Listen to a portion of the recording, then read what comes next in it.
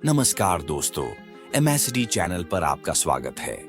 आज हम एक राजा और बौद्ध भिक्षु से जुड़ी मोटिवेशनल कहानी पे बात करेंगे और जानेंगे कि कैसे एक व्यक्ति अपने पापों का प्रायश्चित करके दुखों से मुक्ति पा सकता है।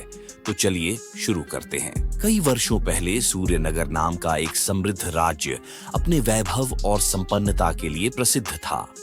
खेतों में सोने जैसी फसलें लहराती थीं, नदियां चांदी की तरह चमकती थीं और बाजारों में दूर दूर के देशों के कीमती सामान भरे रहते थे। लेकिन इस राज्य के भव्य महल में राजा वीरज अपनी शानो शौकत के बीच अकेलेपन और उदासी में डूबे रहते थे। राजा का यह दुख कोई नया नहीं था। वर्षों से उनके दरबारी इस बोझ को उनके चेहरे पर महसूस किया करते थे। वे जनता के सामने मुस्कुराते और उत्सवों में भाग लेते, लेकिन उनके निजी क्षण बेचैनी और पीड़ा में गुजरते थे। हर रात उन्हें एक विचित्र सपना आता, एक ऊंचे पर्वत का जो बादलों में छिपा हुआ था, और एक शांत गूंजती आवाज उन्हें पुकारती थी। दरबार के वैद्य ने उन्हें कई औषधियां दी, साधु संतों ने मंत्र फूंके और कलाकारों ने अपने नृत्य और संगीत से उन्हें बहलाने की कोशिश की, लेकिन राजा के दिल का बोझ कम नहीं हुआ। इसी निराशा के समय एक दिन महल के द्वार पर एक बौद्ध भिक्षु आया। भिक्षु सूर्यास्त के समय महल पहुंचा। उसने भगवा वस्त्र धारण कर रखे थे और एक साधारण लकड़ी की छड़ी के सहारे चल रहा था।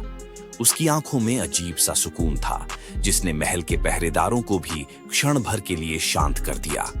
भिक्षु ने कहा, मुझे महाराज वीरज से मिलने की अनुमति चाहिए। पहरेदारों ने उसे ऊपर से नीचे तक देखा और जवाब दिया, हमारे महाराज साधारण साधुओं से नहीं मिलते, तुम यहां से चले जाओ। भिक्षु मुस्कुराया और शांति से बोला, उनसे कह देना कि एक साधक आया है जो उन्हें एक महत्वपूर्ण कहानी सुनाना चाहता है। जब यह संदेश राजा तक पहुंचा तो उन्होंने तुरंत भिक्षु को अंदर बुला लिया। महल के भव्य दरबार में जब भिक्षु पहुंचा तो चारों ओर कानाफूसी होने लगी। दरबारियों में से कुछ उसकी साधारण पोशाक पर हंसे तो कुछ उसकी उपस्थिति से चकित हुए। राजा ने अपना हाथ उठाकर सबको शांत किया और भिक्षु की ओर देखा। राजा ने पूछा, बताइए, आप यहाँ क्यों आए हैं? भिक्षु ने विनम्रता से सिर झुकाया और उत्तर दिया, महाराज, मैं आपसे कुछ लेने नहीं बल्कि देने आया हूँ, एक कहानी और शायद एक मार्ग जो आपको शांति तक पहुंचा सके। भिक्षु की यह बात सुनकर उस शाम राजा ने दरबार को भंग कर दिया और भिक्षु को अपने निजी कक्ष में ले गए। वहां भिक्षु ने उन्हें एक कहानी सुनाई। भिक्षु ने कहा है, राजन, कई जन्म पहले एक योद्धा था। वह साहसी और महत्वाकांक्षी था, लेकिन उसकी महत्वाकांक्षा ने उसे अंधा बना दिया। अपनी शक्ति बढ़ाने के लिए उसने एक शांतिपूर्ण गांव पर आक्रमण कर दिया और उसे जलाकर राख कर दिया। उस गांव में एक साधु था जिसने अपना पूरा जीवन करुणा और अहिंसा सिखाने में बिताया था। जब वह साधु मर रहा था, उसने उस योद्धा की आंखों में देखा और कहा, मैं तुम्हें क्षमा करता हूं, लेकिन सृष्टि तुम्हारे कर्मों को नहीं भूलेगी। जो तुमने नष्ट किया है उसे पुनः बनाना होगा। जब तक तुम अपने कर्मों का प्रायश्चित नहीं करोगे, तुम्हें शांति नहीं मिलेगी। राजा की सांसें तेज हो गईं। कहानी सुनते ही उनके भीतर एक गहरा दर्द जाग उठा। राजा ने धीरे से पूछा, क्या आप कहना चाहते हैं कि मैं वही योद्धा हूं? भिक्षु ने सिर हिलाया। आपके सपनों का पर्वत और वह आवाज जो आपको पुकारती है उसी कड़ी का हिस्सा है। यह आपके प्रायश्चित की पुकार है। राजा ने पूछा, तो अब मुझे क्या करना होगा? भिक्षु ने उत्तर दिया, उस पर्वत की चोटी पर एक पवित्र मंदिर है। वहां जाकर आप अपने कर्मों का सामना कर सकते हैं और मुक्ति पा सकते हैं। लेकिन यह यात्रा कठिन है और इसके लिए आपको अपना सिंहासन और सब कुछ छोड़ना होगा। उस रात राजा वीरज ने महल के मंदिर में बैठकर गहन चिंतन किया। क्या वे अपने राज्य और जनता को छोड़ सकते हैं? उनके बिना राज्य का क्या होगा? लेकिन जैसे जैसे रात बढ़ती गई, उनके सपने और भिक्षु की कहानी उनकी आत्मा में गूंजने लगे। अंततः सुबह होते ही उन्होंने निर्णय लिया। उन्होंने अपने सबसे विश्वसनीय मंत्री को राज्य की जिम्मेदारी सौंप दी और घोषणा की, मैं एक तीर्थ यात्रा पर जा रहा हूं। यह यात्रा केवल मेरे लिए नहीं बल्कि राज्य और इसके भविष्य के लिए भी है। मुझे विश्वास है कि मेरा यह कदम हम सबके लिए कल्याणकारी होगा। इतना कहकर राजा और भिक्षु ने महल छोड़ दिया और पर्वत की ओर बढ़ने लगे। यात्रा आरंभ होते ही राजा ने महसूस किया कि यह जीवन उनके लिए कितना नया और अजीब था। वे अब न किसी सैनिक के साथ थे, न किसी सेवक के। भिक्षु केवल एक क्षणी और अपने ज्ञान के सहारे चल रहा था। यात्रा के दौरान भिक्षु ने राजा को बुद्ध के उपदेश सुनाए। उन्होंने राजा को बताया कि जीवन क्षणभंगुर है और हर जीव एक दूसरे से जुड़ा हुआ है। राजा ने महसूस किया कि उनकी बेचैनी का कारण उनका अपनी शक्ति और ऐश्वर्य के प्रति लगाव था।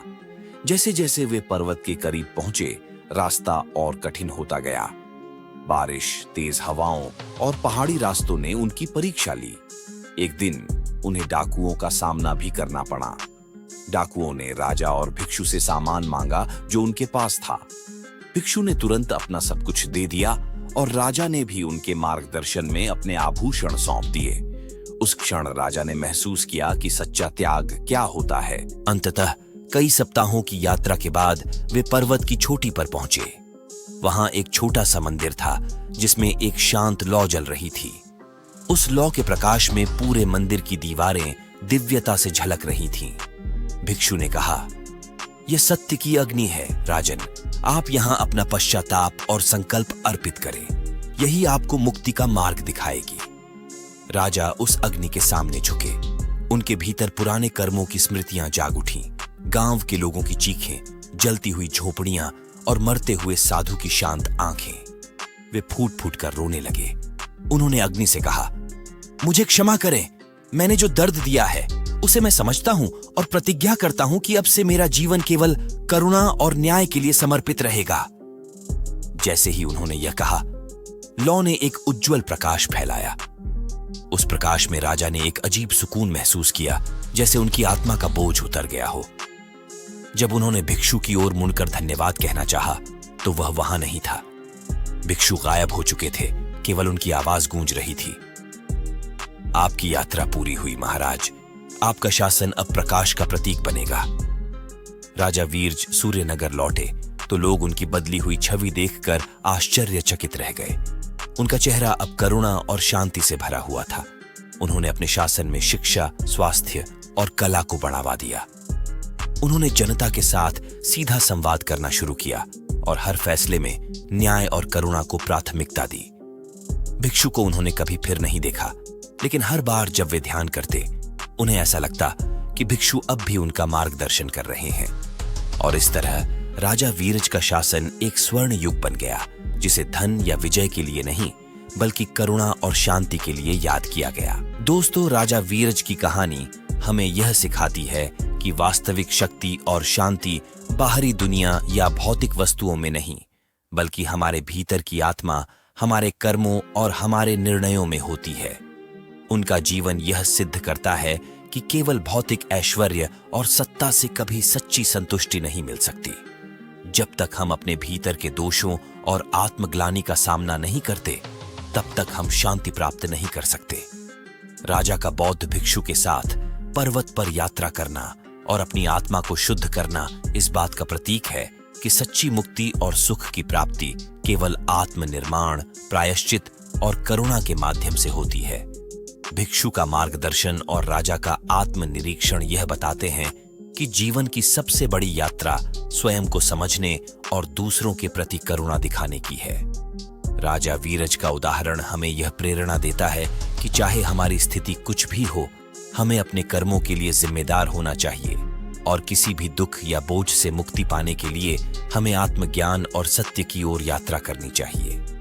वही शक्ति सच्ची होती है जो दूसरों के भले के लिए समर्पित होती है, और वही शासन सबसे अच्छा होता है जो न्याय, करुणा और प्रेम से प्रेरित हो।